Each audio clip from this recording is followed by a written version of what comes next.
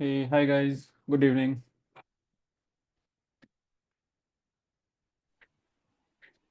Hi, Ankit. Good evening. Did you guys practice the discussion that we had yesterday around RAG? Have you had any doubts?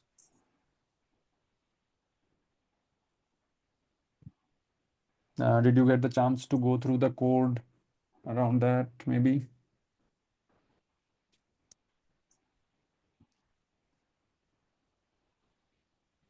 No, I didn't get chance. Actually, yesterday I didn't attend the class, so I go through, this yesterday recording. Uh-huh. I'll do that. Okay, that's a important discussion that we had yesterday. Please go through Yes, that. yes, I saw that. Yeah, we discussed around And how we are building the RAG application, I have different given, parts of it. idea to my Mm-hmm. company. Okay, so if they approved it, so I'll start working on one application, Gen AI based application in the insurance. No, that's great. Yeah. So it's in just yesterday I have day before yesterday I gave them complete use case study. Mm-hmm. If they found that use case study and the application, what kind of application would be developed to Mm-hmm. fulfill that requirement or solve the problem which faced by the insurance companies. So if they Mm-hmm. approved on that, then it might be funded to work on the Gen AI based application. It is it will use RAG, LAN chain, uh, Mm-hmm. multimodal, and agentic AI to work Yeah. on. Okay, so in that case, what we discussed yesterday, what we are going to discuss today, and I would say all the discussion that we had, all of them would be useful for you to Yes. build any use case around Gen AI. So that application would be around to basically depend on the RAG model. It's Mm-hmm. extensively RAG model. Yeah, So that would be fun. there will be multiple documents. Need to read it, that doing embedding, on the Mm-hmm. yesterday lecture, what you told us how to, the RAG model actually work on it, and we can Mm-hmm. use it, making a center, a different cent clustering into, chunking into that based on Mm-hmm. that application is going to work on it. Yeah, that would be fun, I'm sure. Okay. Uh, Hi all to the new folks who just joined. Yes, sir. Did you guys had chance to go through the code and everything that we discussed yesterday? If you have any problem, yes, Ashok, please continue.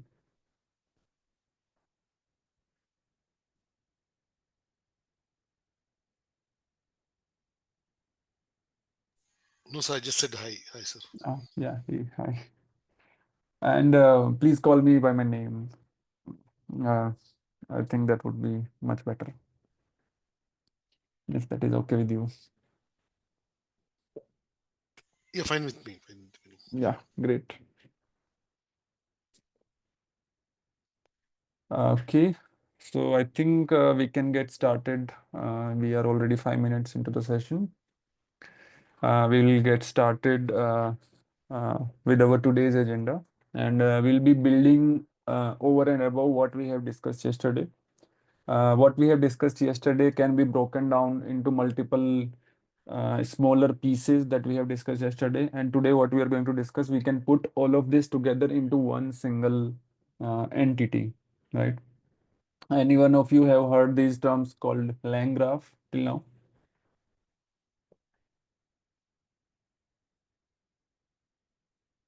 If you guys are new to LangChain, then I think this LangGraph would also be a new term for you guys because LangGraph is built over and above LangChain only. It's a high-level framework which uses LangChain underneath and gives you the flexibility to make your sophisticated code base, your complex code that you can build in your whole pipeline. It gives you that flexibility that your code is modular. You can add at any point of time. You can remove something at any point of time. It modularizes your code and gives you better flexibility, scalability in your code. Uh, and I'm sure you must have heard of agents, no? Agents we heard actually, agents. Yeah. What do you understand when you hears this term agents? What is your understanding of it? The agents is something is like automated, right? So it's more Mm-hmm. of we can say we have that proactive, reactive, right? To Mm-hmm. yeah, something like is by Yeah. default it's automation which will Uh-huh. take care of everything. It's Mm-hmm. agent, something like that. Yes. Yeah, correct. You are on the right track. Anyone else wants to add?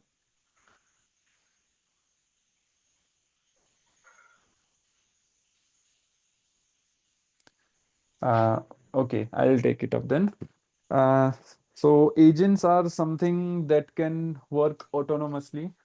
They have decision-making capability and they are goal-oriented. You assign a task, you build an agent for that specific kind of task, and the agent will use all its tools, all its logics that you have built in that particular agent, and it will work towards that achieving that goal to successfully complete the task that you have given to that particular agent, right?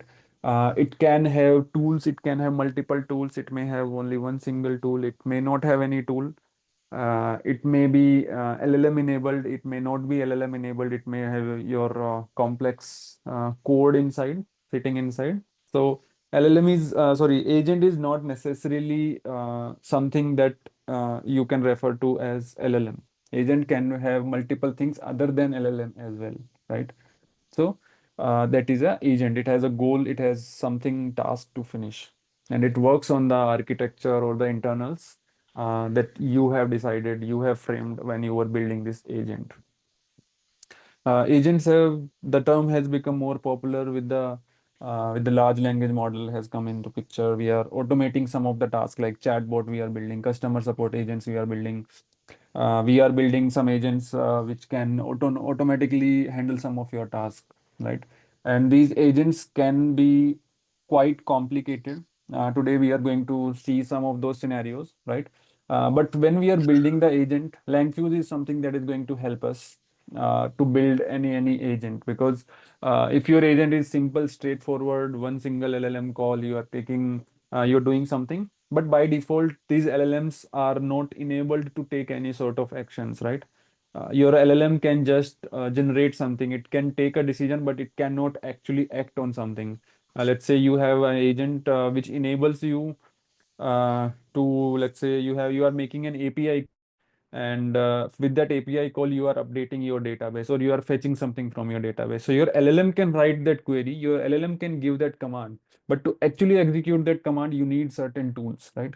That is what my tool is. We'll be discussing the tools in details in today's session.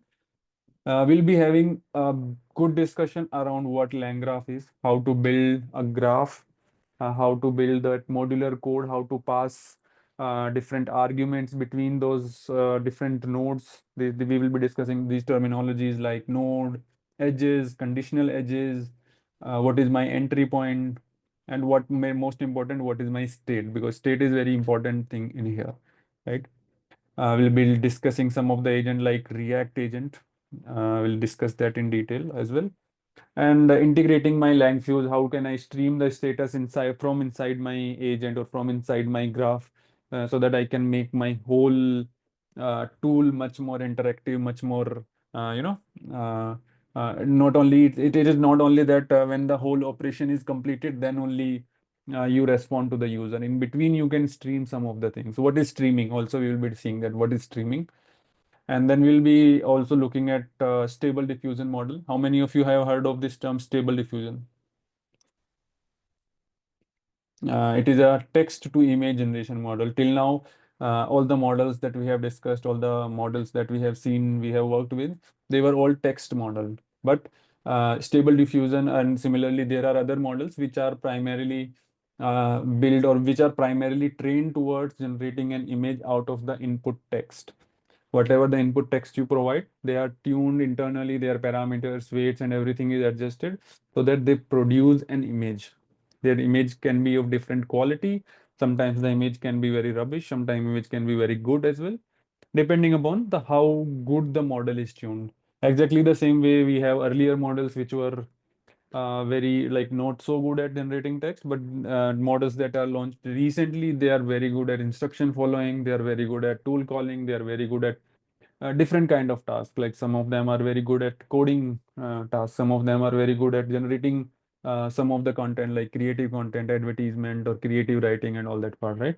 So similarly, this is again a different type of large language model which produce the image output, different quality of image as well. Sometimes it's 480 cross 480, sometimes you can put it 1024 cross 1024, depending upon what the model you are choosing, right? We'll be also looking one of those model which I have tried to run on my local machine, and my machine was literally trying to produce that one image itself. But I have tried that so that we can take a look at that together. Okay. Any doubts in here so that we can get started with the agenda of today?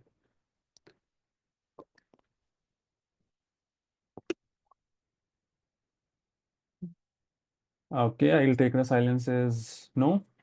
Maybe to get started, maybe you can put in the chat how you guys are feeling today, so that I can know that you guys are there and you guys are listening me, and I'm not talking to myself.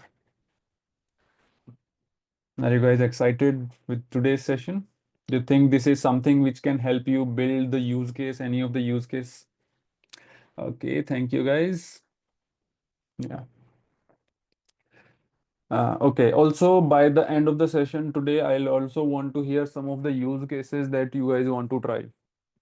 Uh, some of the use cases around drag, maybe explore some more field, like you want to use some structured data. We have not discussed structured data yet.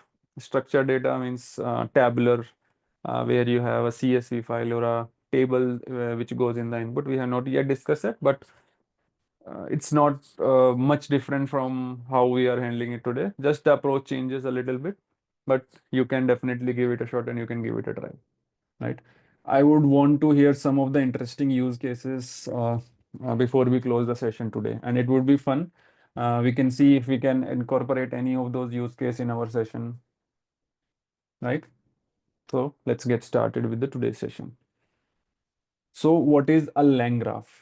LangGraph, as I have briefly mentioned earlier, it's a framework that enables you to have added control on your workflow. And when I say workflow, I mean when your code starts executing from start to end to achieve a certain objective that you have in place at that particular point of time, in that particular point of time, what is the flexibility, or it gives you that control that at certain point of time what needs to be done, right? If you can see, there is this graph on the right hand side. This graph starts in here, there is something that comes in here, there is some sort of classifier that comes in place at first. Whatever the user query is there, we have a LLM based classifier in here, or it can be non-LLM based as well, depending upon whatever you want to have in here. You have a, let's say, LLM based classifier in here which classify the user question between different segments. One can be logical and one can be therapist, right? Then whatever this my large language model classify the user query into, my router will direct the flow of my execution in that direction. If my classifier says that this question was around therapist kind of scenario, it will route this toward my therapist. Or if it is towards my some logical scenario, it will direct towards my logical. So this is my router which will take care of it. Let's say I can add another the path in here as well, which is, let's say, some general queries that are available apart from these two other kind of queries, which will be handled by some miscellaneous kind of query, and they will be answered in here and you can go in here. So it's like this is your starting point for your graph. When your graph enters into execution mode, and then your path is decided based on different possible paths that you could have for that particular query in your scenario. And you would always want to have some fallback option. So let's say in this particular scenario, if your classifier classify the user question into something other than and it depends on your classifier also. If you have very good classifier that classify the user question into logical or therapist, perfectly fine. Let's say if you want to add some another scenario, and when I say it gives you that flexibility to modularize your code in this particular scenario, what do you think how difficult it would be for me to add one other path in here? How difficult it would be? I just need to have one more class here in my classifier, and I need to add tell my router that if that particular new class comes in, then you need to route it to a different help desk, right? So it is this easy to add something in your code, to reduce something from your code without impacting rest of your code architecture or your code pipeline. You just need to add these additional configuration to your particular pipeline in that particular scenario. So this lang graph, it gives you from the graph itself, you can understand this is a um, graph kind of architecture, which is a directed cyclic graph. How many of you have heard this term before, or how many of you are listening it for the first time? I'm listening for first time. Okay. Anybody else? Have you Uh, have anybody heard this term earlier? no. Already known. Okay. Chaitanya, maybe you would want to briefly discuss about DCG, directed cyclic graph. Yeah. So in directed cyclic graph, just like this, there is a starting point and ending point. Mm-hmm. So in terms of this, if user want to like re-enhance their prompt, re-enhance their like whatever the LLM is produce the result, it's not Mm-hmm. satisfied with their result, then Mm-hmm. it move that cycle to the starting point and restart the whole process. This Mm-hmm. is something like cyclic. We are Yeah. moved to the first point again. Mm-hmm. Yeah. So it's like it has a defined starting point, it has a defined end point. And let's say there was also a scenario where my router says that it needs to go to the logical agent, but my logical agent says that this is not something that I handle. Return this query. It can return it back to my router, and then my router can take another action. We'll see some another example where this back and forth goes on. Actually, this cycle operation goes on as well, right? We'll see some in our React agent itself today in our today's discussion only. So those are my directed cyclic graph, which has one direction of execution, which has some starting point, which has some end point as well, right? It's not that it will go in the loop infinite. Sometimes it can go in the loop infinitely, but then it comes to our recursion limit, how much we can bear that loop, right? If that goes beyond our limit, it will break, ending up saying that we could not generate the answer, right? But it is kind of your code will break at that limit. What is the limit that you can tolerate around with, right? So LangGraph is a agent AI agent framework which bring you added control of the agent's workflow. You can control the workflow at different point of time. In this particular scenario, we have something called entry point. This is my start entry point, and this is my graph end point. When you are building this graph, we will be seeing in our today's code itself that when you are building, you need to define all this scenario. What is your entry point? Where you want your code to end? We'll be building this graph itself. And this facilitates the creation of complex, stateful, and multi-agent application using large language model. Complex, again, there can be, this is very straightforward, very simple graph that we have in here. In my organization, I have a graph, exactly similar kind of graph, which has more than 50 nodes. This individual function, let's say, this is called a node. And we have more than 50 nodes. We have more than 10 different routers, which can come into play at different, depending on different conditions. We have more than 30 variables which define what will go at what point of time, right? We will discuss in detail. So this application can go really complex, and LangGraph gives us that flexibility to have that orchestration on my complete pipeline, right? And when we come to our individual node, we will discuss this in our next slide itself. This individual node itself can be very minute function, like I can have some retrieval, only the retrieval. This node will take a question in the input, like in my RAG application, it will take question in the input, and it will return back my results retrieved from my vector database. That's it. Simple. You can have one node which will do only this much of task. Internally, it has that small piece of code, or you can have your complete RAG application into one single node itself. Completely depends upon how you want to your whole architecture, how much control you want at different levels, right? That completely depends upon the scenario. And it is built over and above my lang chain. From the lang itself, you can make sense out of it that it is built over and above your lang chain, which gives you orchestration part, right? There is something called as graph state. We will discuss. Graph state is something that let's say you have a parallel line of execution that is going on, and it is acting as a shelf. And when I say shelf, let's say you start with a question, right? You put your question in here. Then you go to node one, or let's say function one. Your function will take question from here. It will do some processing and return something to this shelf only. Your second function will take something from here and will return something here only, right? So it's like your shelf that is available across your all your functions. You can use the information, you can accept or you can take any of the information that is available in your graph state. You can use it, you can process it, you can update it back in your state, right? And you can have only certain number of block, whatever you define at the starting.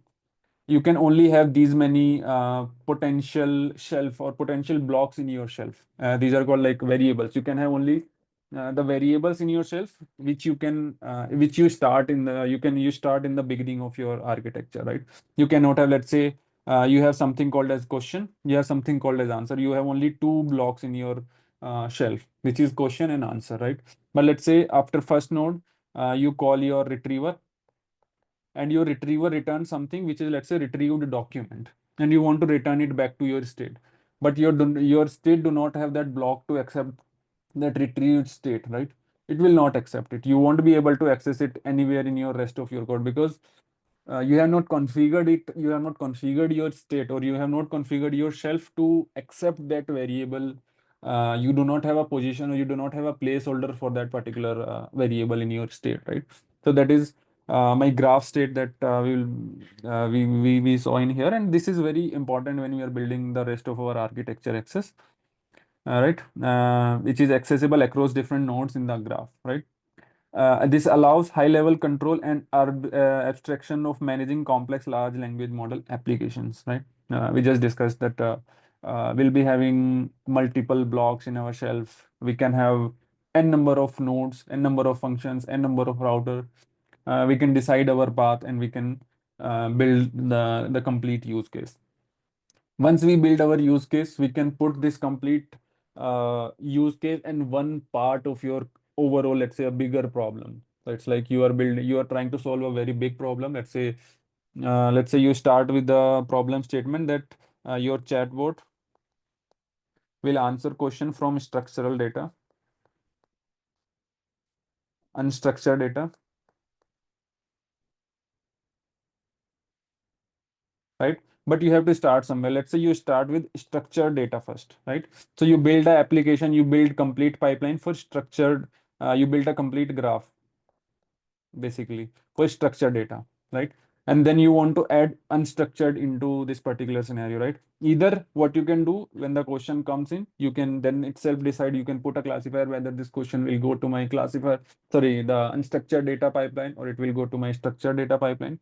Once you decide that, then you can have two separate graph in parallel as well, right? So it gives you that complete flexibility of how you want to orchestrate your flow of execution in the pipeline, and it also helps you debug it as well, right? It gives you scalability, it gives you flexibility, and it gives you efficiency when you are building a complex code, right? Any doubts in here in understanding what my lang graph is? We'll be seeing the use case of how we are building lang graph as well. I have pulled this code. Just give me a moment. I'll just get the slide in place. Aniket, just before you move forward, I had a question. Like, Mhm. is agent is comes before the line graph is introduced, or it is agent is coming after the line graph is introduced? No, agents were there already for a very long time. It's just that they had popularized with large language model. Earlier, those agents were very, rule-based kind of thing. That if input comes into something, we classify it based on my machine learning model or my other models that are available in place, and I there was some workflow that was being executed, right? That was not very intuitive, or that was very conventional way of doing things, right? Just like we saw in machine learning, that there was rule-based actions that were taken, right? Now with the large language model, those decision making has become very easier. You do not need to place rules everywhere. You'd let's say in case of classifier, for classifying a problem, whether it is a logical or whether it is a therapist kind of problem, earlier you need to have a good system in place to classify this.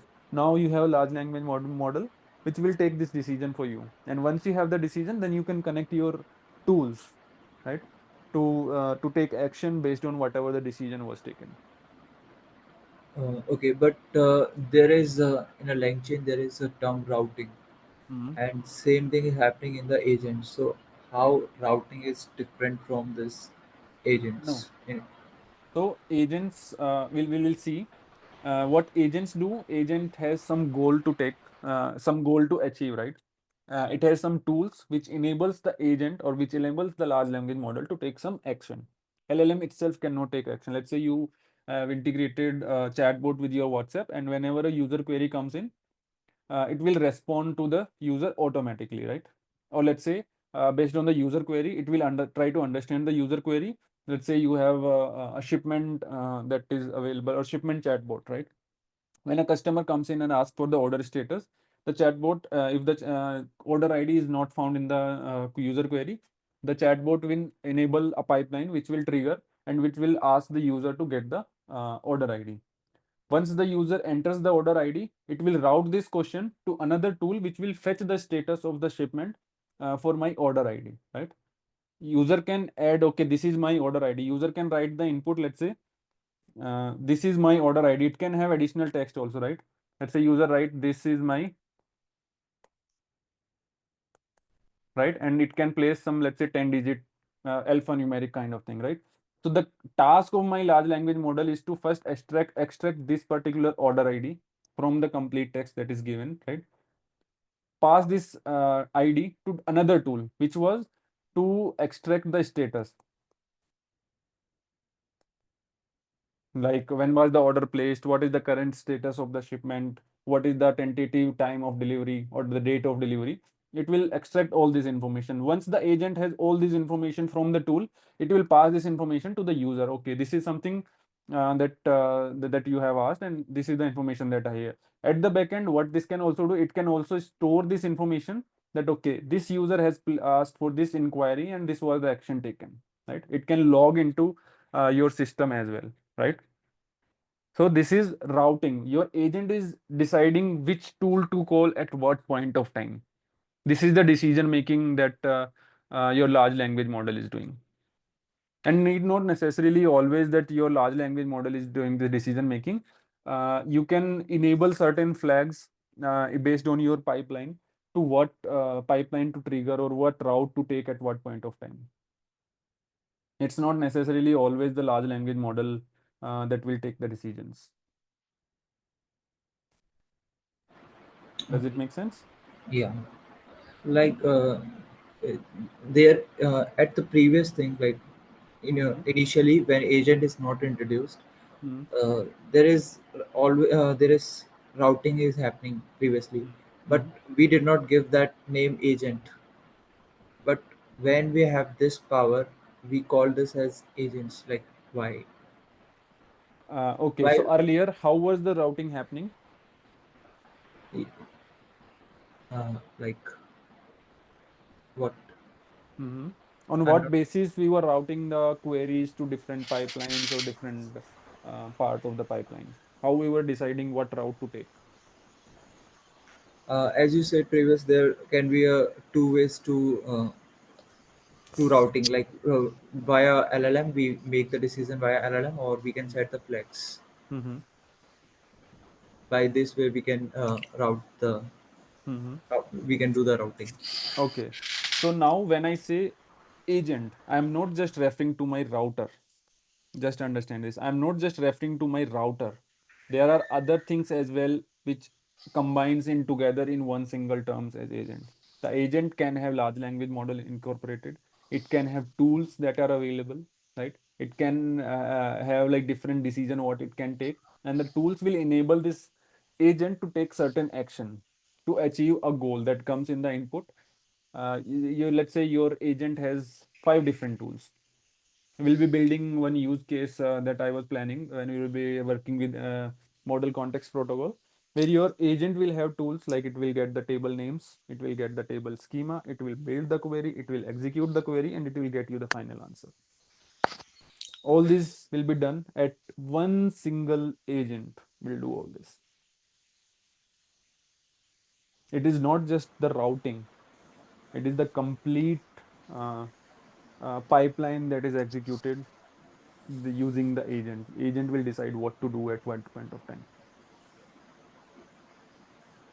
You Okay. were earlier hard coding certain routing based on certain decision that were coming in. Now that which tool to call, which route to take is completely independent. You are not adding something. You are just tuning your agent to achieve the target, whatever the goal that you have given, whatever the task has been assigned, and the agent is smartly flowing through what action to take. Does this make sense? Yeah. Okay. Anyone else? Any doubts? Might be, can we say in this way, sir, without agent, right? It's Mm-hmm. gender. We call it as Gen A, right? Which is a Mm-hmm. generative, based on your text. It will Mm-hmm. generate the data, and internally, router is something like in the agentic framework, but Mm-hmm. in Gen A, it will you decide that based on some of the parameters you tell the model to act on the question and then give the output. Can we Mm-hmm. say in that way?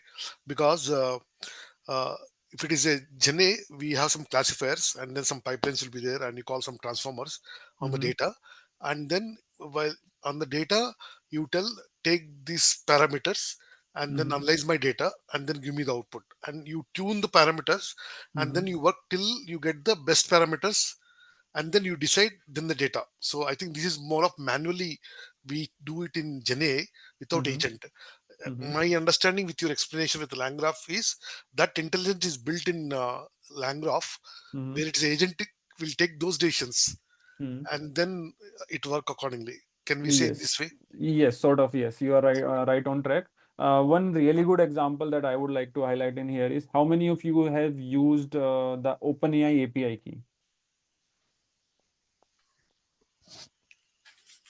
You can use the same model, GPT-4o, 4o mini, all the models that are available through your API key.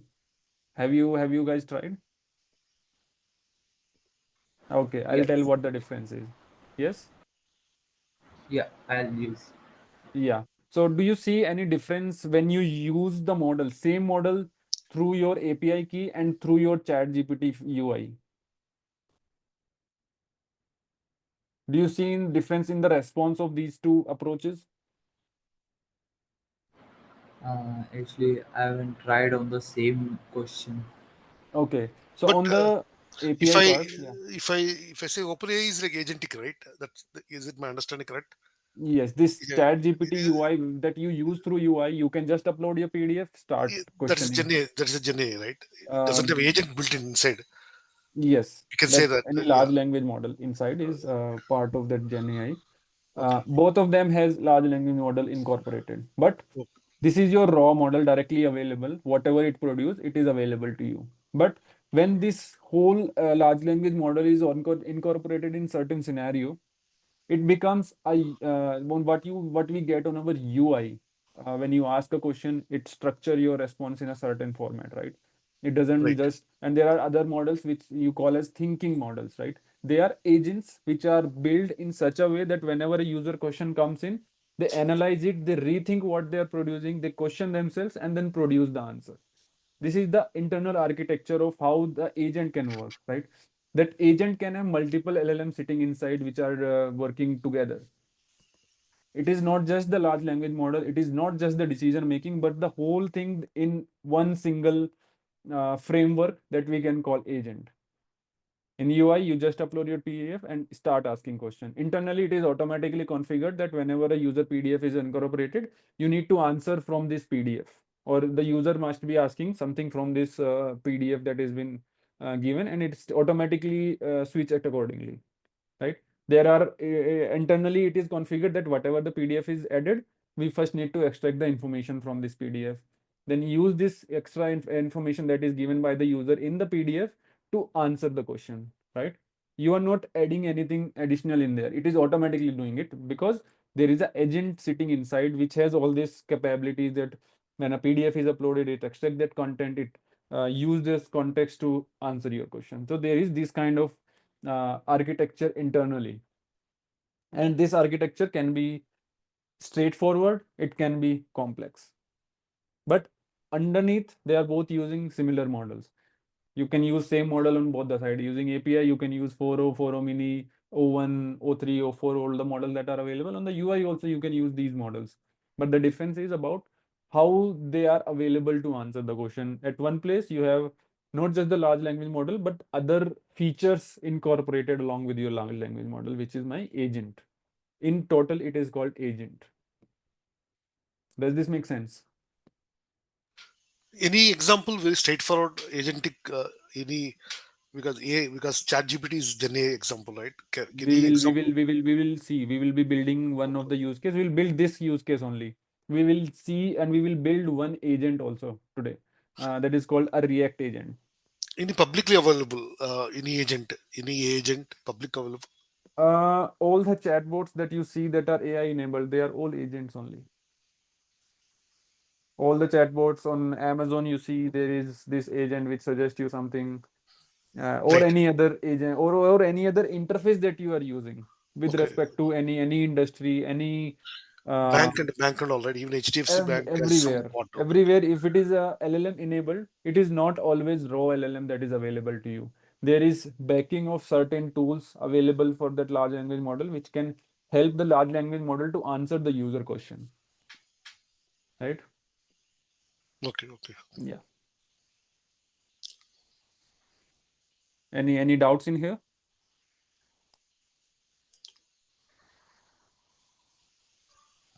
Okay, so we'll be discussing some of the terminology. I think most of them we have already discussed, but I'll reiterate. If you guys have any doubt, please feel free to stop me right then and there. We can discuss it because these terminologies are again important. Just like we have discussed the previous terminologies, these terminologies would be important for us to understand or build or build more complex architecture. These are the basic terminology that we'll be using back and forth here and there. More or less, these will be the terminology. There might be some additional, but these will be the basic terminologies that we'll come across. One is the state. State is one of, like we already discussed, it is a shelf that is available for you throughout your pipeline from start to end. This is what you have at all the functions that you have in your pipeline. It can have different placeholders. Let's say you have a placeholder for question, you have placeholder for retrieval, you have one placeholder, let's say you have some flag available, right? You define this state before you start building your graph or before you start adding things into your graph, right? Before you compile your graph, you define this state prior to that. And not only the name of those variable, you also define the data type of this variable. Let's say this question is going to be my string type. This flag can be, let's say, Boolean, right? Or let's say this retrieval thing can be my list, right? Or there can be another which can be of dictionary type, or there can be one which is of list of dictionary, right? You define all these parameters before you start working. Let's say you define something which is of string type, but you are trying to update with a list data type.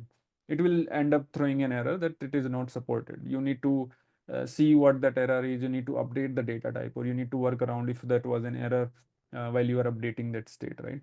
We'll see how we update that, how I will see how we are retrieving the information from the state and how we are putting it back in my state. So this is like a shelf that is available to you at all places. We'll see how we do that. Graph, we just see this is combinations of nodes, edges, and conditional edges with defined entry point and an endpoint. This will be my graph. What a node is, we'll see now. What a edge is, we will see. What is the conditional edge, we will see. But these are different component of a graph, right? Uh, if you do not have these, I don't think you can build a graph without any of these components. You need to have a node, you need to have a connection between these nodes to build a pipeline or to build a graph architecture around this. What a node is? Node is an individual function. You can take it as a function which accepts some arguments, right? Which process some information, which can be LLM enabled, which may not be LLM enabled depending upon your use case. It can be your simple script that you can write inside it, or it can be LLM enabled, and it will return something back to your state. It will accept arguments from the state and it will return something back to your state, right? That is my node. Individual node is like an individual function. You can process your information. You can take some action inside this node and you can update something inside this node and return the updation back to your state, right? These, whatever you do at one node, let's say you have node 1, you did some processing, you updated the state in this node, and then you have node 2 available. Whatever the information that you have updated in here will be available for you to access in your node 2. So this states allows you to access those parameters without bothering about whether it will be available there or whether it will not be available there. That complex architecture is taken care of, right? So these are my nodes. What are my edges? If you have noticed in my previous image that we have seen, uh, let me go here. I'll just clear the screen.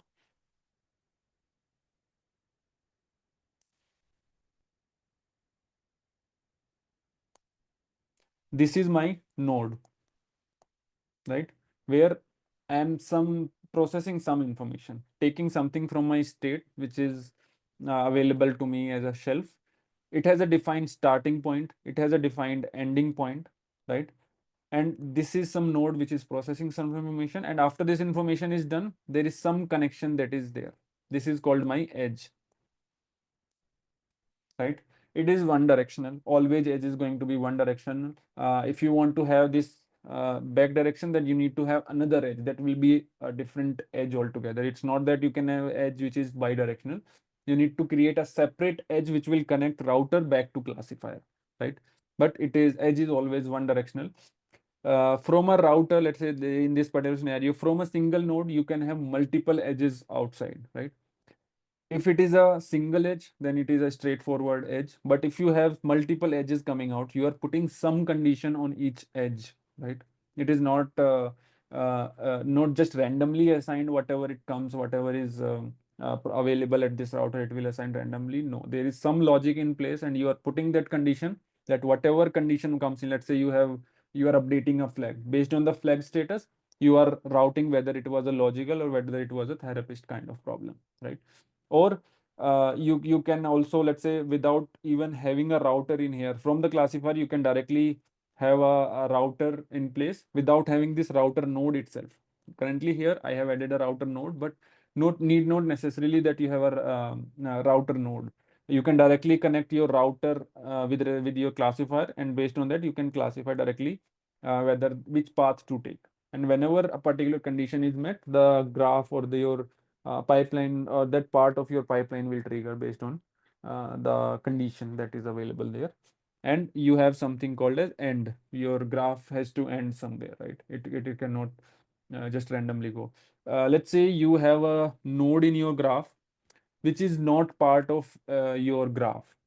Is it possible to have a node which is not part of your graph?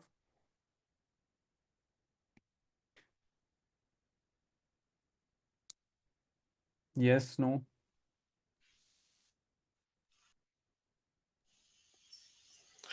which will do some specific task. You're saying Yeah, it will do something, but some let's say while you are building this graph, you missed certain node, or um, you gave the output to this node, but you don't know how to trigger this node or what the input of this node was.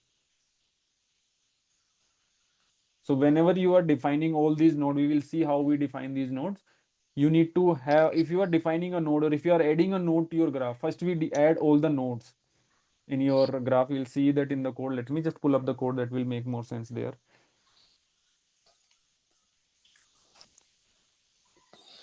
Yeah. So can you guys see the screen? Can you guys see the Yes, collab yes, code? yes, yes, yes. Yeah. So these are some of the library packages that we need when we are working with this. And this is where I'm defining my state. Currently, which is of my type dict class. Currently, I have only one variable in my state, which is messages. This is the name of my variable, right? And this is my type of this messages, which is a list type, and it is going to add messages, right? This is how I define my graph. I can have different, let's say, another variable which is question, and which can be of string type. I can have, let's say, another variable answer, which can be of string type or none also. You can pass it like this also, but generally you just do it like this. Whenever you are creating a variable in your state, you always need to define the data type of that particular variable. You cannot have, let's say, uh, you have like this and you pass it just like this. No, it will end up throwing an error. That you need to define the path, the data type of your whatever the variable that you are, or whatever the placeholder you are making in that particular pipeline, right? So you need to have that. And once you have it, you define this class state. You need not necessarily you give the name a state only. You can give whatever the name you want to, but you will need to define the data type. You need to define that uh, uh, name of this variable, and it should be like, because you will be using it later on, it should be sensible what you are giving the name of a variable, all that part, how you write your code. And then you need to pass it as your graph state. This is the import from your lang graph that you do, that your state graph, and you are passing this whatever your graph state would be. And then this is where you will build your agent. This is the first thing that you do whenever you are building an agent, that you create a state, right? And you pass it to your state graph, and you have your graph and you have starting of your graph, that your graph will have some state, right? Then what you do, you add a node to your graph. This is how you add a node to your graph. You define a function. Let's say this was my function, which takes the state. This is going to be for all the nodes, your input is going to be the state. That's it. One single argument, that is going to be your state. That's it. Whatever the variables you want to accept, whatever the variables you want to use from the state, you need to get those variables from the state itself. But you only need, just like here we did, we got the messages from my state, right? State is going to be a dictionary. You can get all these variables, all these placeholder from your state, and you can use them. In this particular scenario, what I'm doing, this function, what this function do, it takes the message, it does the LLM hit, and it get you the output. It gets you the response. That's it. Simple. What it is doing, it is taking the user input, making a LLM call, getting the output, returning it back. That's it. And this is updating the messages that I have got, and I am adding this as a node. You see this graph builder dot add node. Add node is a method which will add a node to your graph. You can add 5 node, 10 node, 50 node, 100 node, depending upon whatever the use case is. You can have n number of node in your graph, right? So this is how you add your nodes, right? Then you start with the edge, how you connect those nodes in your graph. Simply you have a add edge method, which will what is going to be a start point. Let's say in this particular scenario, your start is here, and you're connecting it with your chatbot, right? This start is again imported from your lang graph. This is your start that you have already imported in here, right? And you are going to define, this is how your graph is going to look like, that you started your graph. This starts in here. There is this node chatbot. Whatever the response is coming, it is ending here. That's it. Simple. Does this make sense? It is again simple LLM call, no tools enabled, nothing additional in here. It is just a LLM call. User input comes in, it makes LLM call, whatever output comes in goes out. That's it. Simplest graph that you can build, right? This is and if you want to see how your graph looks like, you can display it like in this particular format. Sometimes this draw mermaid is not available. You can draw different graph as well. You can explore it over the internet. But sometime we have, like I myself have observed that like till 5 minutes before I was able to print this graph, I was able to view this graph. But again, there was some error with respect to this draw mermaid PNG, and I'm not able to print this. There was some issue with this package itself. And then I need to explore different option of how I can view this graph, and they are available obviously. So you can do that as well, right? And in between, you also need to do this, that you need to actually compile. It's like earlier you were adding all these ingredients, you were adding the nodes, you were adding the edges, and then you need to compile all of it together so that it everything stitches together and it is available for you to use, right? Does this make sense?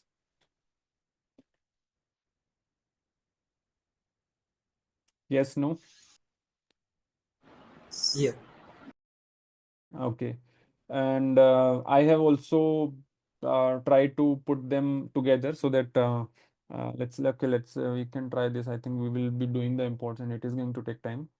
But I'll be sharing this notebook. I'll surely like appreciate if you guys give it a shot, because definitely this is worth giving it a try. So it's like whenever when I run this cell, it will accept a user input and it will take this LLM input. So if you see in here, this is how I invoke my graph.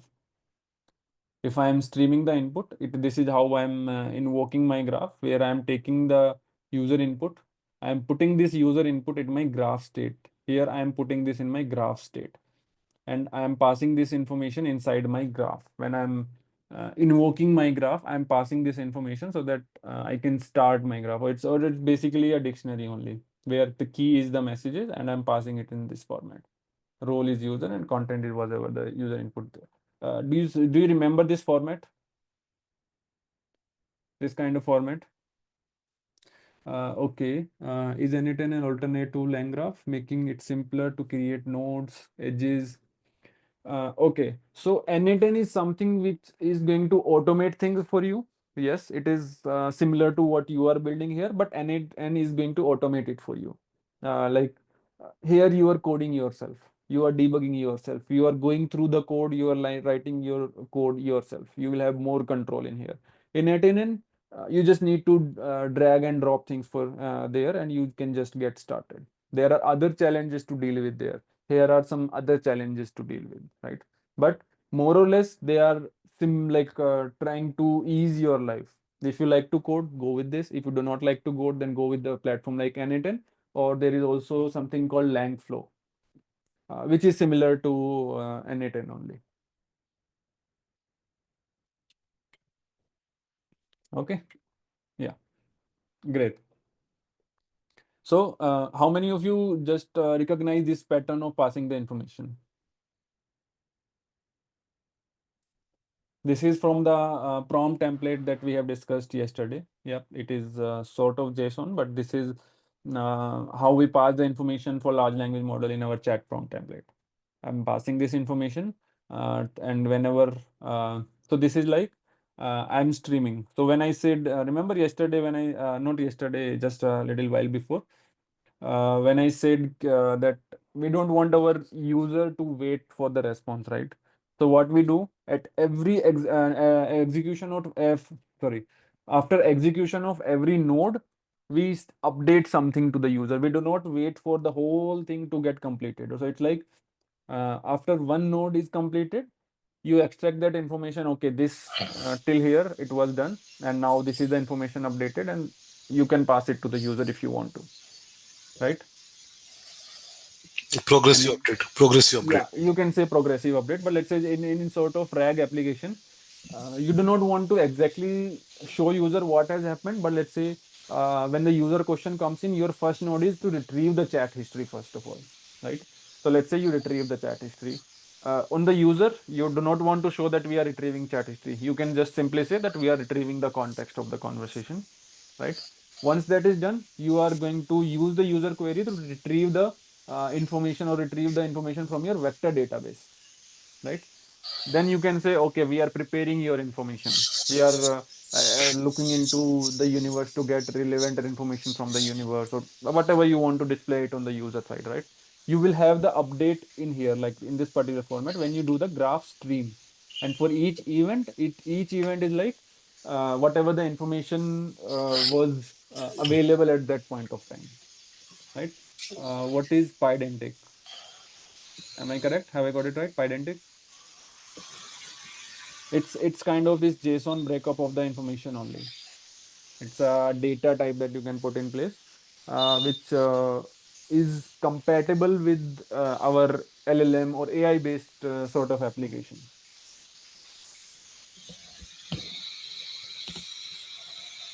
Okay. So this is not necessarily you need to do this graph.stream, but you can also do graph.invoke, just like we were doing in our earlier session. In that case, you won't have the intermediate update. You will have just the starting and then the ending. You won't have any update in between. If you do graph.stream, this is where the graph is running actually, and whatever the events are updated, you can take those events and you can use it the way you want. If you want to display whatever the content was retrieved, you can display. You can update the user till where we have reached. You can club three nodes together and to update the user whatever the status of your progress is. That's completely up to how we design the flow of the complete pipeline, right? Yeah, and let's say just like we were trying to integrate our LangFuse in our LLM calls, here also we can integrate the LangFuse, which will gives us the observability. And remember earlier I mentioned that LangFuse enables us to have good observability of our tool. Yesterday we were having just one LLM call, that's it, we were able to view that. But in this we will be able to see what was the input and what was the output. And let me run it through a little complex uh, graph so that we'll be actually able to view what has happened in there. Let me run it because otherwise we will not be able to see.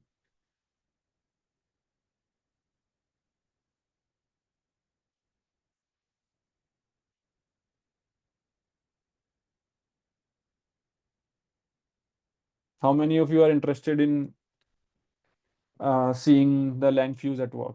And this is the actual use of LangFuse that we are going to today. Yesterday we saw that was a basic information that can go, but when you have a complex graph with 50 nodes, you want to see what is happening at each node. What was the input to the node? What was the output from that node? You want to have that visibility in your application. LangFuse will enable you to do that.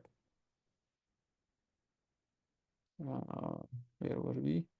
Okay, let me run this. Okay, I need to.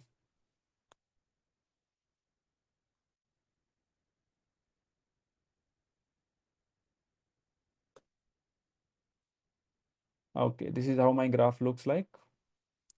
And let's say now you want to run some user query, right?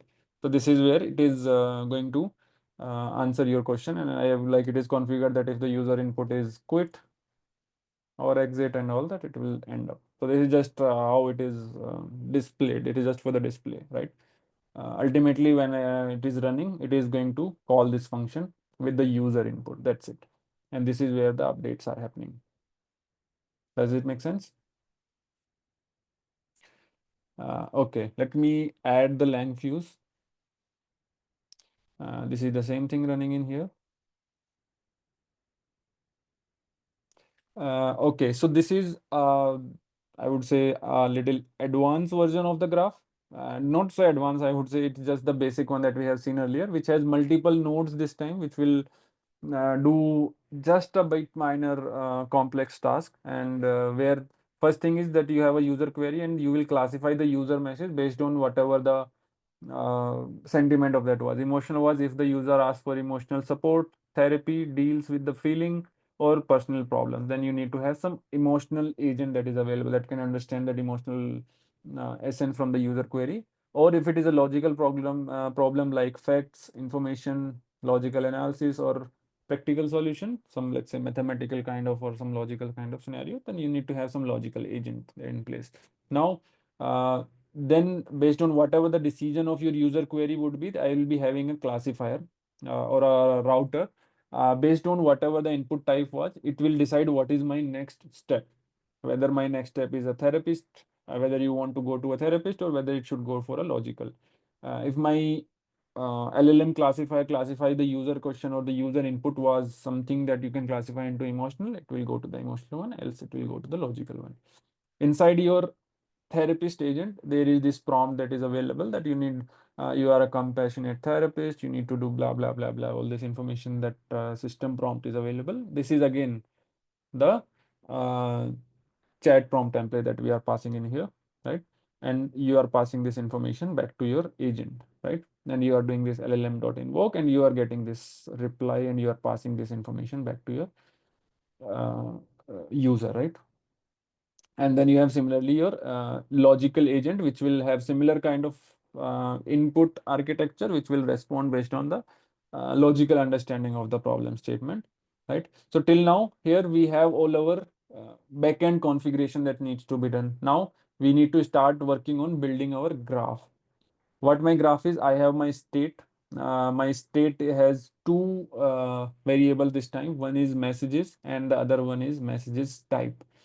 Messages type, it can be again the similarly that we saw earlier, whether it was a logical or a therapist kind of thing, the classifier action that was there, right?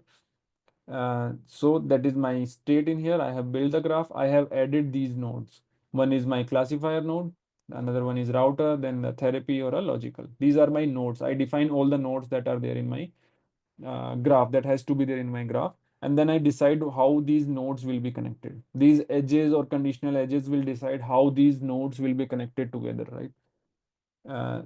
I start my graph with the classifier. Now classifier is connected to a router. So what you do in here is you are giving the name of that node in here, or whatever you want to get displayed on the, let's say we are printing it, right? We are calling a certain node. What you want to call that node internally, it can have a number of things, right? So I'm putting a classifier in here. Internally, it is going to connect with the classify message function that you have internally available. You will call it as a classifier on the UI and everything. Wherever you are going to use this particular function next, you will call it with this name. Inside the graph, a particular function is called with this name, right? If you you can have the same function name as well as graph name of that particular node same. You can have that as always, but not necessarily. You may not. Just in this particular case, we have the function called classify message, but the name of that node is classifier. Does this make sense? Similarly, these all are nodes which can have different name depending upon, this is like my graph name and this is my function name. Simply, you can put it that way. And then you connect your graph nodes depending upon how you want to. So if you want to add a edge, you just do a classifier node is connected to your router node. And if you pass it directly as a add edge, you just pass the like a tuple, which is your first node connected to your second node, directly connected, no condition exists in between. But let's say you want to add a condition. That's how you add a conditional, as we have seen it earlier, where your first element is your which node you want to start this conditional edge with. Then you have some function in between, right? This is your function that will get the next step from your state. And whatever the next step is, it is like a dictionary. You can put it this way, that if your output of this particular previous, whatever the function that you have in place, if the output is therapist, you want to connect it with your therapist node. And if the output is logical, you want to connect it with your logical, right? This is how you configure it. So whatever the output from this particular rate, let's say your next was something which was not in therapist or logical. In that case, it will break because your graph will not know what to connect in which in this particular scenario. It is going to break. So you need to make sure whatever the state you are going to return from here, or whatever the value you are going to return from here, you need to have the same value, or you need to have the same entity get connected to a particular node. This is your information that is returned from your this particular function, this particular lambda function that I have in here. It may not be a lambda function. And this is the name of the node. The second one is the name of the node. Just in this case, these both were name of the node. Here, this router is the name of the node. Here, this therapist, logical, these are name of the node. But this first element is something that was returned, that was available from this function, right? You can put them same, no problem. You can put it different as well. That's completely up to you. And then you connect your therapist to what node you want to connect your therapist. You want to end after the therapist is done. You want to end after the logical is done. Or you can have a common node which will, let's say, save this somewhere in your database. Whatever the input was there, it will dump this information in your database and then end it, right? You can always have that. So till now, I have all the nodes, I have all the edges, I have all the conditional edges in place, and my graph is all done. But I need to compile my graph before I can actually use this graph. Till now, I was just like putting things all together. Now everything will be pasted, everything will be frozen once you compile it. If you have some broken edges, if you have some unknown node that is available, you will end up getting error at this particular stage because this is where you are actually compiling the graph, right? Once you compile the graph, you can directly use this particular graph for whatever the use case that you want to build in this particular scenario. So let's say if I want to run this is again I have put in this particular function where it will take the user input and it will just run in loop, right? So let's say if I place hi, it will return based on the LLM call. And this is again internally going just a LLM call. This time my LLM has certain information, certain path to take and all that information, right? I am feeling, let's say, sad. But in this particular scenario, do you think we have a observability of what is happening in here? What route it took internally? No, right? We are just seeing, okay, some input message was gone and some output has come. But internally, you want to see which agent was triggered in this particular scenario. You can always print inside in here. Let's say for each agent that is coming in, you can print, okay, this was a response from my logical agent, or this was the response from my therapist agent. You can print, but print is not, this is not how you can trace it once the application is in production or outside from your purview. If multiple users are using, your print statement is gone. You cannot log that information. You cannot trace that information correctly, right? So if I want to do that, that's where I need the lang fuse. That's where the lang fuse come into picture, right? And let's say, let's just break this at the moment and integrate my lang fuse in this and see how this is going to work. This is my graph. And let's say if I want to integrate my lang fuse in this. See, this is how my state is configured. And I'm passing this state when I'm going to ask the question in this particular scenario. And this is, I'm doing a graph.invoke. In this particular scenario, see, this is simple graph.invoke. I am not uh, uh, in between retrieving the status of what part of the pipeline has been done, what is still left. I don't want to show the user, right? This is just the input and just the output, nothing in between. That is happening in here. And to integrate my lang fuse, I need to have some config.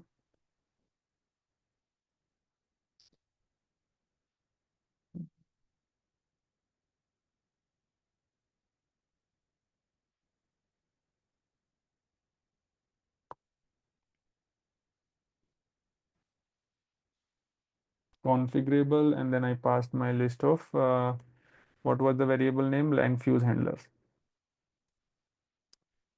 Yep. How many of you observed? Is it same what we were, how we were integrating lang fuse earlier? Is it same or is it different? Is there any error? And trust me, you did not need to remember these syntax, semantics, and everything. You can always have look up on the internet if you are getting some sort of this kind of error. Slowly, you will automatically remember how things are happening, what the syntax semantics is, but you don't have to remember how you need to. But you just need to have this. Okay, if I need to add the lang fuse observability, I need to pass something in my config in here. I need to have some configurable parameters which will go in here like this, right? Let's say I want to run it. Everything remains the same in this code in here.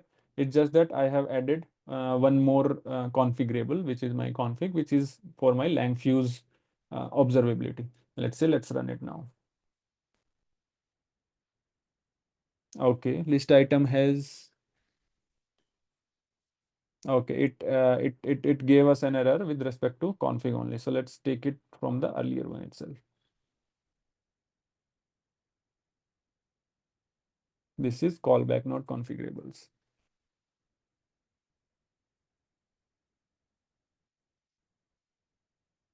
See, it automatically gave us an error and we were able to trace it. We got an answer.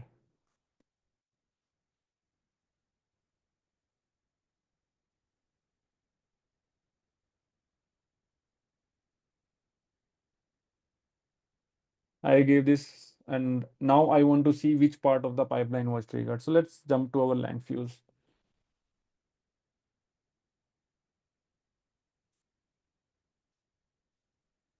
Mm,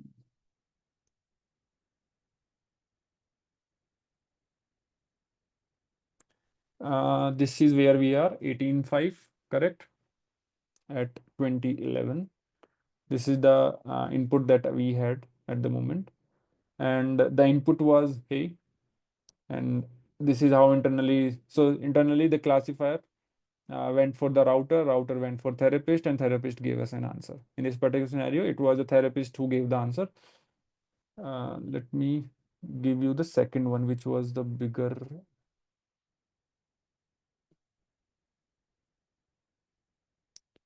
This is the one.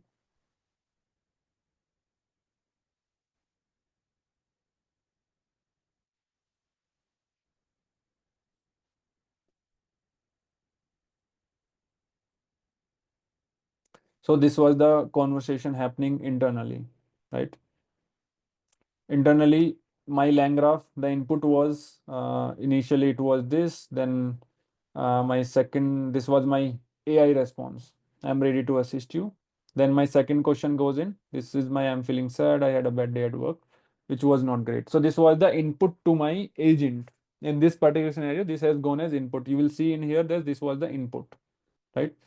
And you will see the output. What was the output from your agent? Your agent output was here. It sounds like you are carrying around a heavy emotional load right now. It was what is happening, right? But internally, I want to see what was the decision of my classifier. Just go to the classifier and see. Whatever the input has got, the output was message type was emotional. It was some sort of, this is what my classifier has done. Then what my router has done. My router has asked that this input emotional, then route it toward my therapist. And then my therapist came into picture. It took the question and it gave this output. So I can track what is happening at my individual node of the graph. What was input to my individual node, what was output to my individual node happening, right? And you can see this in this graph as well, right? So you can have this kind of observability when you are trying to debug. Let's say my router is not working properly, or let's say my classifier is not working properly. I can just take the input, whatever the input was going through my classifier. I can take this input, I can pass it through my classifier separately, the individual function separately, and I can see why it was failing, or I can improvise on that, right? So it can help. It helps me easy debugging of my complex pipeline, that it gives me this observability. Does it make sense? And internally also, let me put it a bit more deeper. Your therapist, this was your LLM call happening. For your therapist, this was the input message. This was your system prompt, and this was your input message. And this was your assistant output directly. Nothing here and there. It was as simple as that. This was your system message, this was your user input, and this was your output. Isn't it same as the one that we yesterday we were just seeing this part of it where we had the LLM call happening and the response coming in. Now we have different nodes integrated as well along with it. Does this make sense of how LangFuse is making it easier?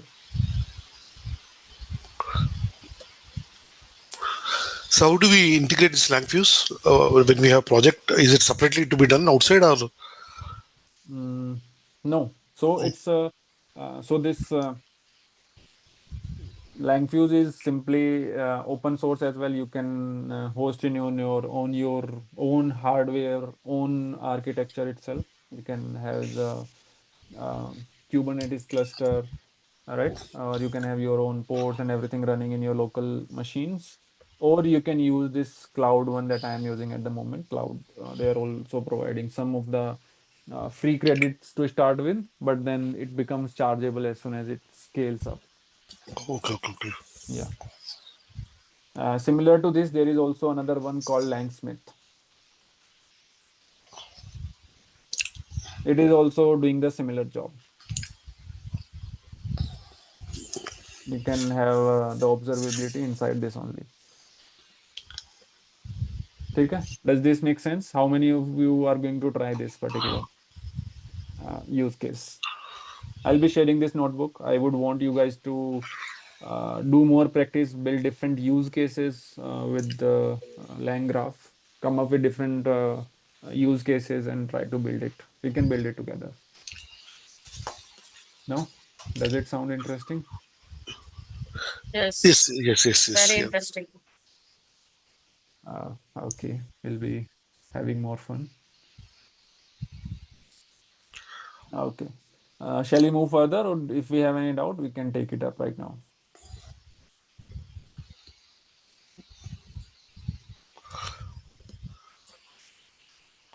Yes, no, whatever your input is, maybe put it in the chat or speak up. And this is only the framework we use for agentic AI, or we have some more other frameworks also. We do have more, but this is the easiest one that I feel because I Okay, okay. love to code. There are other like Creo AI, AutoGen, which helps you similar kind of job you can do there as well. You can definitely explore AutoGen. You can explore Creo AI, which helps you build those agent faster. And Similar Landgraph, to this only. is a Landgraph is a popular one in the market, or it's generally most of the people use for all the agentic AI, or No, it depend on the use case. If someone's is finding Creo AI more handy, they can use that as well. Primarily, I would say in my organization, all of us loves to code. All of us loves to get all the control of what is happening inside, right? So we are building the whole code ourselves. We can use AI and everything in place, but we like this was the first one. To Langgraph was the first one that came in. Going further, AutoGen came in, Creo AI came in, but these are all additional framework that are helping you build. But I'll definitely suggest you to explore all of them because you might find the other one little more easier than this one. I personally find LangGraph much easier to work with. You can explore and you may find some other one more interesting.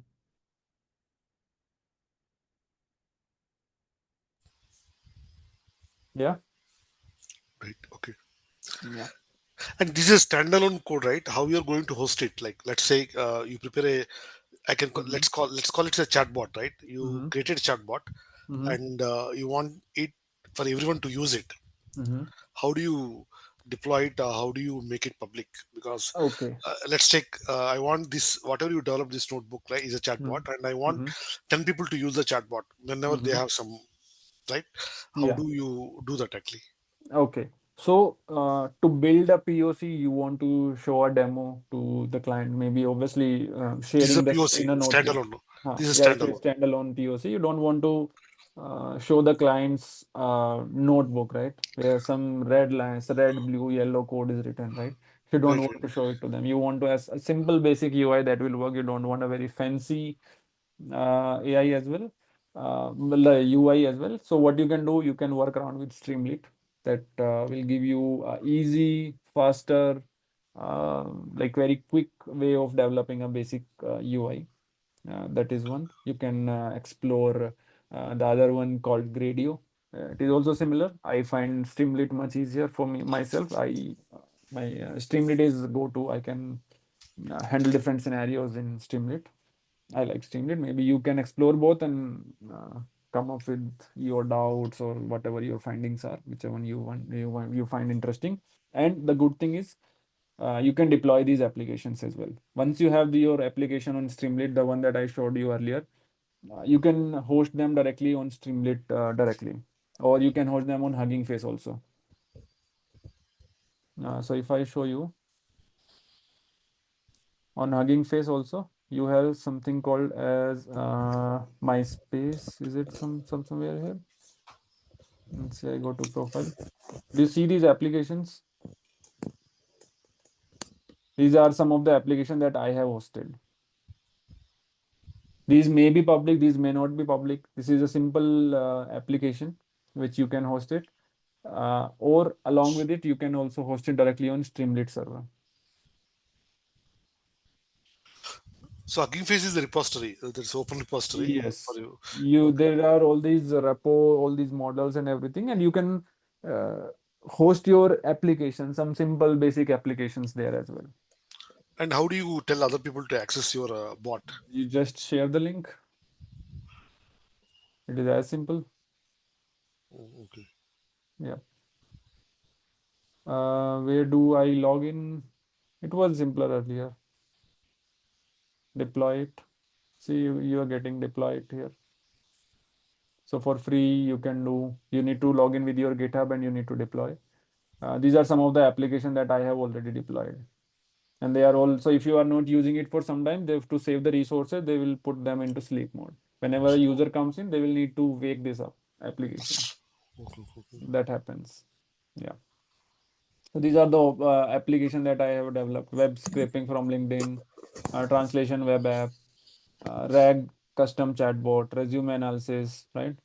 Dashboard automation I have done. These are all the basic use cases just to show as a demo that you can build around with, right? So there is one which you can have a chatbot for CSV analysis. You can upload your CSV files and you can start asking question directly, right? So these kind of basic simple application you can deploy it in here. You can share it with your clients. Obviously, if you want to have a dump of the chat history, what user is asking, you can also put a login page in here. So you can also have what particular user with what particular login you want to add in here. You can do that.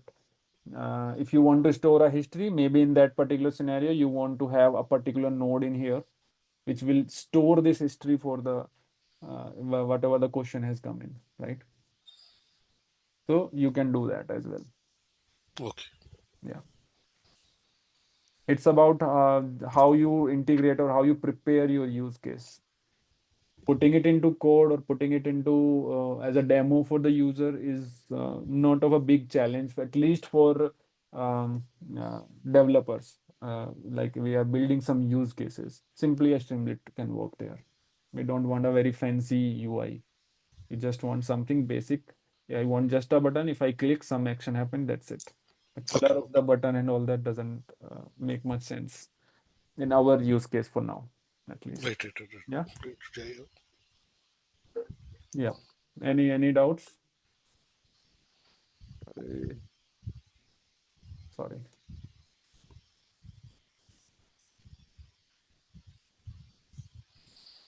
Yeah. Do we have any more doubts or we can proceed further? Yeah, we can proceed. Yeah. Okay.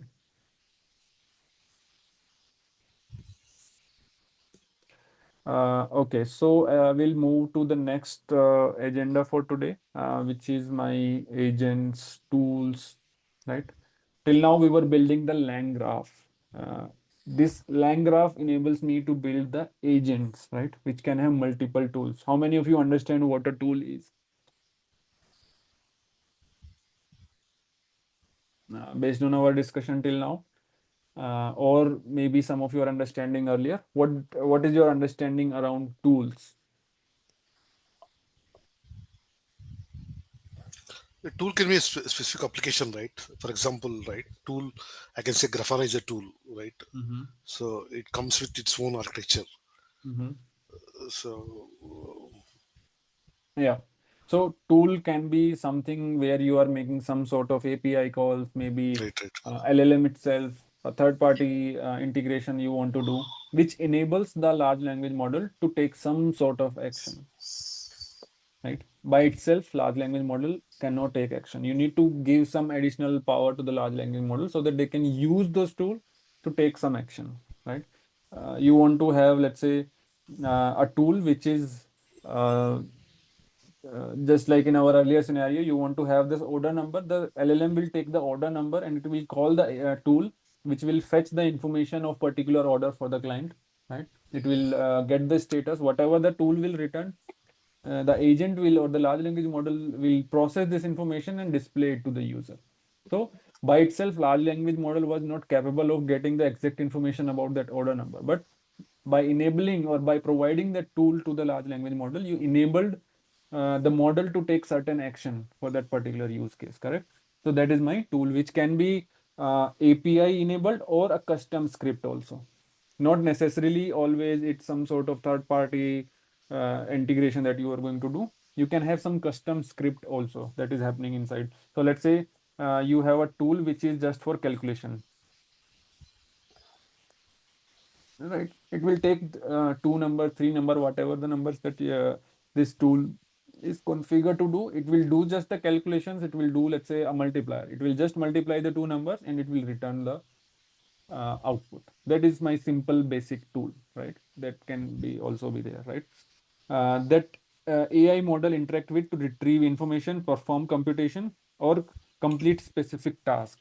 These are at the disposable of the large language model. When to call, what to call, that is completely up to the large language model. It enables the large language model to take action. Tool should have proper definition. Now it comes how you create a tool. How will a model know what action can a particular tool can take? How will the model know that? Or what? How will the large language model know what is the argument that this tool needs to get the information or take that particular action, right? So let's say in a particular scenario of a calculator as a tool, you need to tell the large language model that okay, we have a tool called calculator and it can perform mathematical operation, Great. Yeah.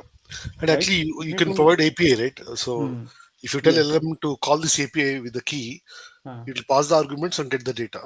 Yes. So it's like you are defining what is the actual information or what is the definition of that tool. When you create a function, let's say ABC is the function and it takes some argument, right? And then you pass some information. This is your definition of your function that you pass in here, right? This will help the model to understand what exactly this tool will do. This definition has to be clear, has to be concise, has to be very precise for the model to understand what is this tool going to do. If you are messing up with the information the way you provide this definition, the model will again miss out on certain points and it may not work as expected. So this information has to be very clear, precise, and correct with respect to what this tool is going to do.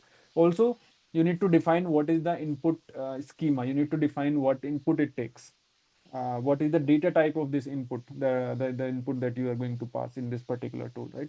And you also need to tell what this is going to return, right? So there is something called as arguments, right? These arguments, let's say there was some argument which was question, which is of a string type, and this has some description. This is the user question. You also need to define these arguments as well. Just like the definition of your function, you need to also give a definition or a description of a particular argument that is going in this particular scenario, right? So you need to have that. If you are messing up with this information in here, that means your model do not correctly understand the functionality of your tool and it may miss on certain scenarios, correct? So this has to be very clear, precise. You need to give explanation about argument, return functionality of tool along with the data type. Data type is also very important because let's say your in this particular scenario, in case of calculator, it accepts the two number as a list, right? And it accepts this list and it will multiply all the elements in this list and it will return. This is what your calculator tool was doing in this particular scenario, right? And let's say your input that your LLM is sending, it is of string type and it is sending all those number 1 comma 3 comma 5 comma 25 comma this, it is passing it like this, not as a list but as a string.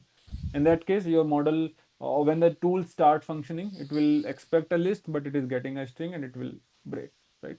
So you need to handle all those scenarios that you're defining all these parameters when you're building or when you're creating this tool, right? Some tools like web search tool, this will take the, let's say, user question and it will surf the web and it will get the answer and it will return the response for this question by searching the web. You can have some calculation tool or you can have retrieval, like in our RAG application. You can build a tool which will retrieve information from your database for the user question. It will take the user question and it will retrieve the information and it will return back the information retrieved from your database. You can have that tool. That will be an independent tool, irrespective of what is going back and forth. This tool will be independent of what is happening around, right? This is my tool, independent tool.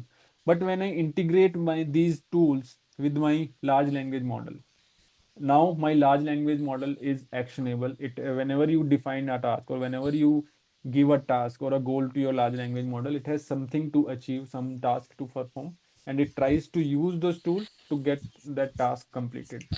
You define the prompt. The prompt in case of your agent becomes very important, whatever the prompt that you pass in here, right? You tell that all that tools that you have, you define the purpose of this agent, you define what is the input that the agent is going to receive, what it needs to do, how it needs to process that information, how it need to call that tools, and how it needs to get to the answer. What is the actual agenda or the task that you are assigning to this agent?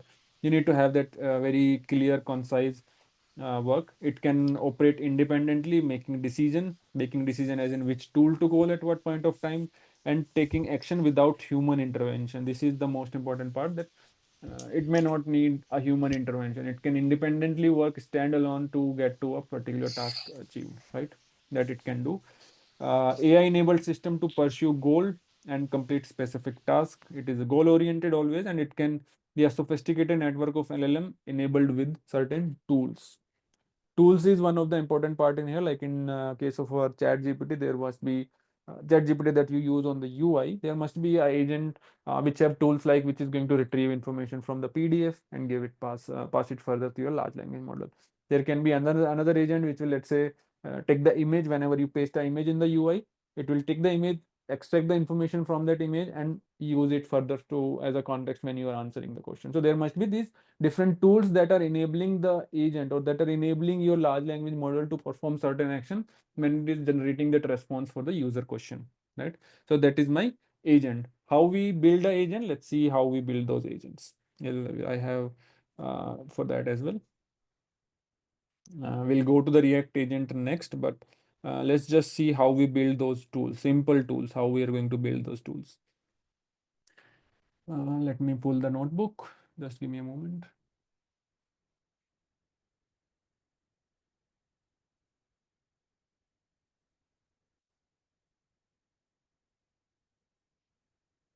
One thing that I would suggest you all is to practice this, because this is the information that you are getting in right now in just 5-10 sessions. This is something that I have been working for years now, right? So you need to have like some time spent on this, gets your hand dirty, stuck in some problem, try to debug it, try to resolve it, take help from your peers. If not, try to search on internet how you can debug that particular scenario. Till the time you are not doing this, you are missing out on certain part of this whole problem or the whole use case that you can work around with. So please practice this as much as you can. If you are stuck somewhere, if you are not able to resolve it, please feel free to put up in the class discussions, and we will take it up for sure. Yeah. But yeah, let's see how we can build those tool, or how we can enable our large language model for tool calling. Tool call is something that has enabled my agents, or initially when the large language model came, like 3 years before now, the large language model, they were just producing the next tokens, right? They were not very efficient in following those instructions. They were not very efficient in taking actions, or when I say taking action, in deciding which action to take, right?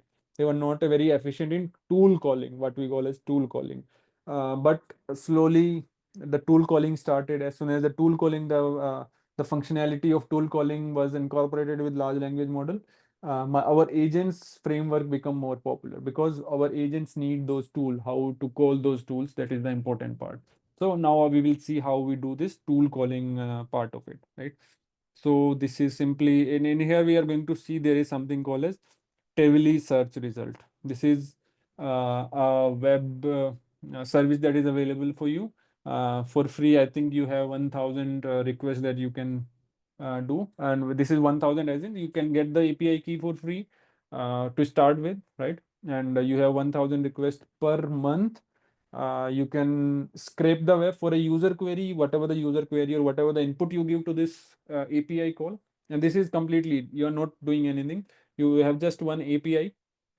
You are calling that API, you are passing some information, and it is doing some job internally, and it is returning you the processed information. This is a perfect example of a tool. We are not touching anything. We are just importing this Tavily. I am just configuring this my Tavily search result, and you can configure how many search results you want. You can configure what domain you want to search this result for, right? You don't need to do much in here. You just need to configure your Travely search result, and you can just have it in your tools. Currently, I have this variable called as tools, which holds this Tavely search tool for me at this moment, right? So once you have it, again, I'm just giving my chat prompt template, and I'm creating tool calling agent. This is a tool calling agent. I doubt this is something that you are going to use currently, because this was when we started with the tool calling thing, right? This is the agent that is available from a very long time now. And this is the building from where it started. So I thought this is going to be an important one, where you just need to pass your large language model, which is your large language model, which will take all these actions. You need to pass the list of all your tools, and then you need to pass your prompt, right? Your large language model can be your any large language model, whether it is OpenAI, whether it is your Llama, Mistral, right? Meta, like all those models that are available. It's just that it needs to be your large language model object from LangChain, right?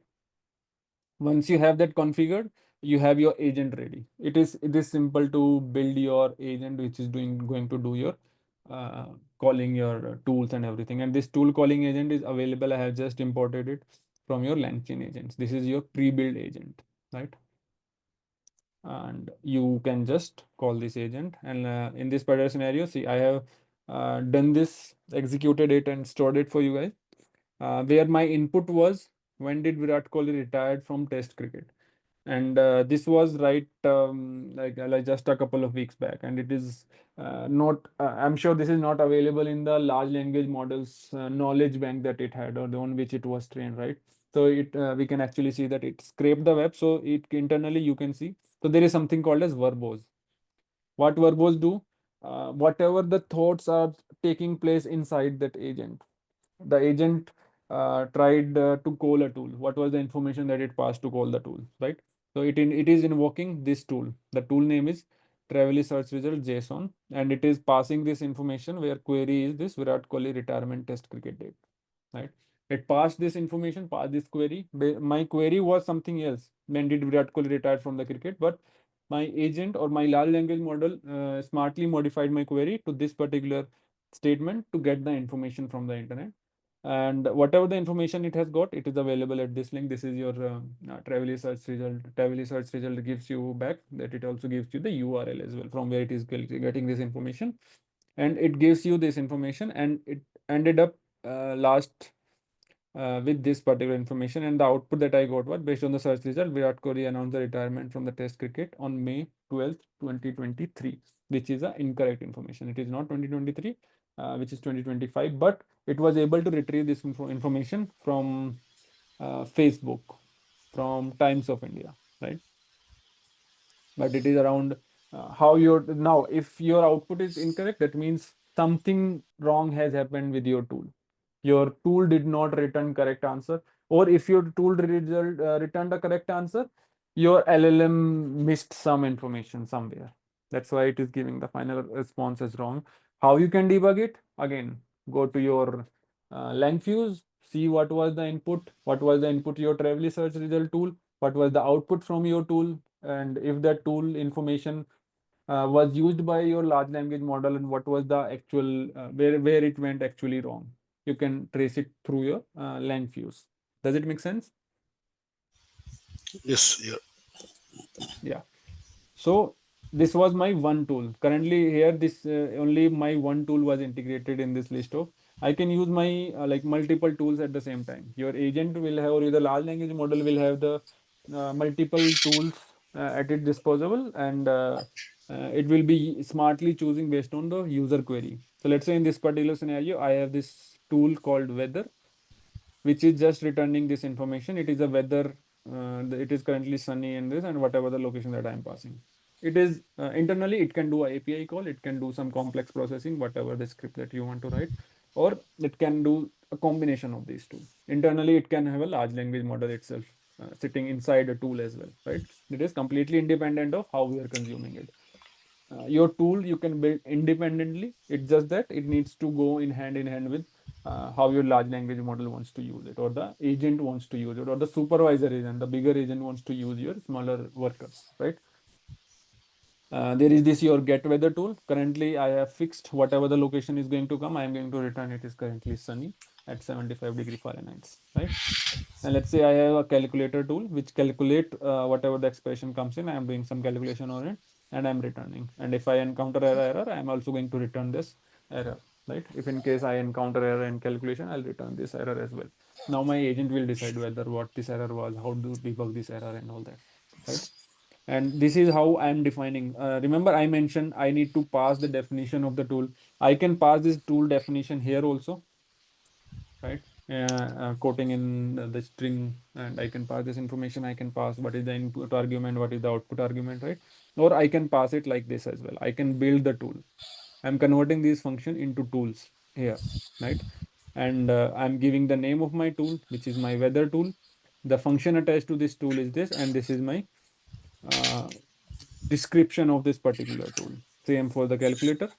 This goes in, right? And this is the standard prompt that I'm using. Simply, you are a helpful assistant. That's it. This is the standard prompt that is available from OpenAI. Earlier, it was a create agent. Now we are trying to build a OpenAI agent, right?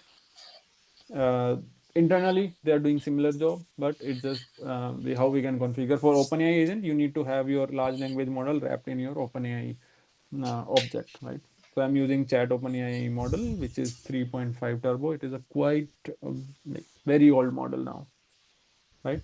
And I'm configuring this, I'm creating this, and I'm just passing my LLM, my tools, and my prompt.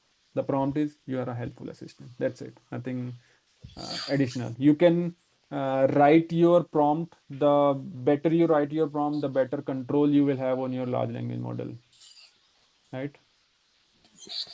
Someone says, does large language model still escape for this information from the web, even though it know the response to the query? Or on what basis does it hand the query to the agent or respond by? Okay, so this is a very good example of where our prompts come in. We are going to define the scope of my agent, what agent can do by itself, or what for which kind of scenario it needs to call the tool. It is passed through my instruction in the tool, how I pass my instruction. I can mention that you need to use if they for these kind of scenarios, try to use the tool as much as you can. If the query comes out of the scope, then you can say I do not know, or you can generate some information that is already available in your knowledge bank. We can explicitly mention, but this prompt is something that is going to completely control the flow of this agent, right? It is not that you just simply mention you are a helpful assistant and it will have all that. No, your prompt is your control over your agent. What to perform, which tool to call in what scenarios and all that. You need to define it very clearly. If this prompt is messed up, your agent might end up taking the decision which are not as per your expectations, right? Does this make sense? Okay. Yeah. So this is how we are building. And see, this is just one line of how you create your agent. It is this simple. We will see what is happening inside. Wait, hold your horses. If you want to understand what is happening inside, how this agent is being built, we'll come there. Just give me 5 more minutes, right? So this is how we are creating our agent, and we are creating this agent executor where I pass my agent. This agent has information about my large language model, all tools and everything, and I'm setting my verbose to true. What does this verbose equal to true does? Anybody? I just discussed just 2 minutes before. Debug. It will debug. It will return all the results. Okay. All the results the LLM model returns. Mm-hmm. Okay. Anybody else? we can get the data in a console.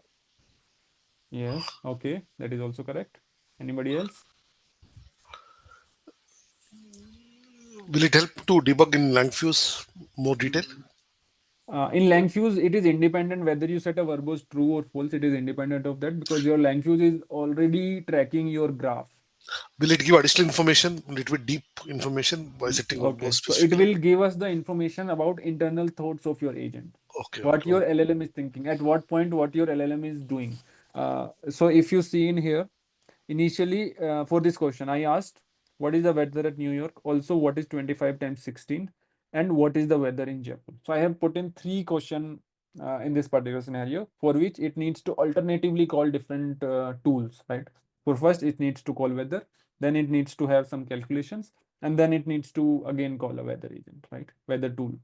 So it will smartly handle, okay, first it took, okay, I need to call weather agent with this information, New York. I got the answer. Then it said, okay, I need this calculator with this information, 25 times 16. Then it had this again call weather agent with the information called Jaipur, right? And this was the final output. It is currently sunny at Jaipur. This was the final response that was coming in. So the chain finished in here with this response. This is the response. This was the input to your agent. And this was the output. The weather is New York is currently sunny with this. The result for 25 times 16 is 400, and the weather for Jaipur is sunny at 75°F. So your tools can work independently, irrespective of what your agent is working. Your agent should know what your tool takes in the input, what your tool is going to do, so that this agent can efficiently call the tool, which tool to call at what point of time. Your agent has that understanding, right? This is what your agent is going to do, right? So till now, we just saw on a broader level that our agent is calling a tool, right? But we don't understand how exactly it is underneath handling that process. Uh, Not sure if it is relevant to this context, but how are the tool calling agent and the MCP related? Okay, we'll come up to that. MCP is really good when it comes to tool calling. Model context protocol. How many of you are listening this term for the first time? Model context protocol. Listen first time. Yeah, even I'm hearing first time MCP. Yeah, model context. Yeah. So this MCP, model context protocol, is just a little step ahead of our tool calling. It is making, just like in our already existing protocols, right? There are HTTPS protocol or some other protocol where your client and server goes hand in hand. Whatever your server is expecting, your client knows. Whatever your client is expecting, your server knows, right? There is a handshake between these two. So whatever your tool is expecting, that it is supposed to be in a structured format. Your client knows it. Your client in this particular scenario would be your large language model. And whatever your server is expecting, like for a particular tool to call, whatever your server is expecting, it expect a input in a design format, right? So it is much more complex or much more straightforward. You can also say that how your tool is being called, what is the information that is required, how that common ground has to come up in between, right? Where your large language model and your tools can go hand in hand. So this model context protocol streamline these functionality where you run a server. This server will host different tools in place. The information of these tools will be available for my client. Client in this particular scenario would be my large language model, and it is going to use those tools as and when required, right? So we can say MCP is a sophisticated form of tool calling agent. I won't say even sophisticated, but much more streamlined. Internally, this is what we are doing. There also we are doing some tool calling. It smartly calls those tools. But when I say streamline, what the tool is expecting in the input, the formatting or the structure of those scenarios, my agent understands how that tool needs to be called. There is this protocol in between that is taking place. So whenever I am building a tool, I am following a certain protocol, right? There is a certain format when which I am designing my tools, and whenever my agent is calling a tool, it is calling in a particular format. Let's say if you have a tool which is following a certain format, and your different tool is expecting an input in a different format. Your agent will get confused for like different kinds of input for different scenarios, right? So if you streamline everything, your large language model would be uh, faster or would be efficient in making the decision of what tool to call, how to get that input, and all that part, right? Does this make sense? Yeah, with much more standardization and protocol defined. That is correct. Yeah. We will be building a use case. I was planning, I'll be putting up the code in place that we'll be seeing how we can actually, and trust me, it is just the way we discuss right now, how we build those tools. It is exactly similarly simple of how you can build your MCP server, how you can run those tools, and how you can get this thing running, right? So we'll be taking this in our session further. But now, just tell me how many of you are interested in seeing what is happening internally of this tool calling. If you guys are interested, I'll pull up the notebook, else we can pass it to the next topic. Yeah, thanks. Thanks, Sumant. Are you guys interested in knowing what is happening internally when we are uh, doing this tool calling internally? Pass to next topic. Okay. Okay, in that case, I'll suggest you guys to have this. Um, there's something called React Agent. React Agent, as in reasoning and action. The full form goes as where you have some reasoning in place, and you take some action based on whatever the reasoning is happening.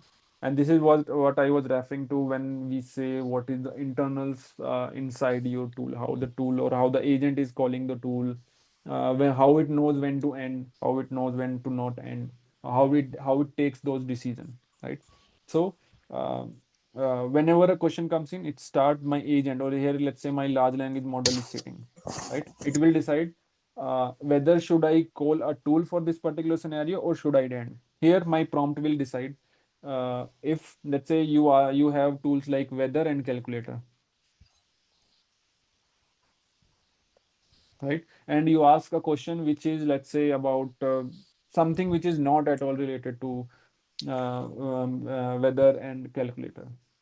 You ask some problem of physics, let's say, or you ask this model to translate something, right? So you control it through your agent or through your prompt, that whether to call a tool or not to call a tool, or what tool to call in which scenario. You can control it here in the initial scenarios. And let's say when your question comes in, your agent will decide, okay, now I need to break this problem and I need to call a tool, right? If the agent says I need to call a tool, then here my router will be connected. If it needs to call a tool, my router will say, okay, I need to use a tool. Which tool to call, everything, all this information my agent will pass. It will pass the name of the tool, right? It will pass argument, what arguments you want there in this particular scenario, and it will pass this information to my tool. Based on whatever the name it has passed, it will call that particular individual tool. It will pass this argument and it will process this information and it will return back the result back to my agent. Now my agent will decide whether the task that was assigned to me, is it completed or is it something left.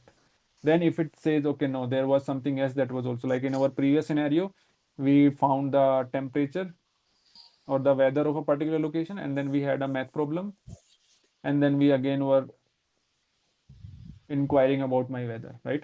So what it will do, it will have all these plan of action in place. Okay, I need to call a temperature first. It will go and call the temperature first, return back, and then see if all the tasks are completed. If not, it will call another tool. Let's say in this case, it was maths tool. It will do some calculations. It will return back the answer, and then it will see if the task is done or is it still left. If it's still left, it will call another tool to get this action done, and it will come back here. Now my agent will decide whether all the actions has been completed or is it something that is left. If everything is completed, it will say, okay, now I can end. Now my router, which is my conditional, this is my conditional edge, it will decide which node to go for. It will say, okay, since all the task is done, my agent has said to end, then I will end it here, and it will end the whole process, right? This is how my internal of this particular agent things working. This is called my reasoning because I'm doing some reasoning in here. This router is doing some reasoning, and it is also acting depending upon whatever the reasoning was available at that point of time, right? The agent decides the end of the workflow or call a specific tool to achieve the goal. This is the main thing that is happening inside my React agent. Does this make sense?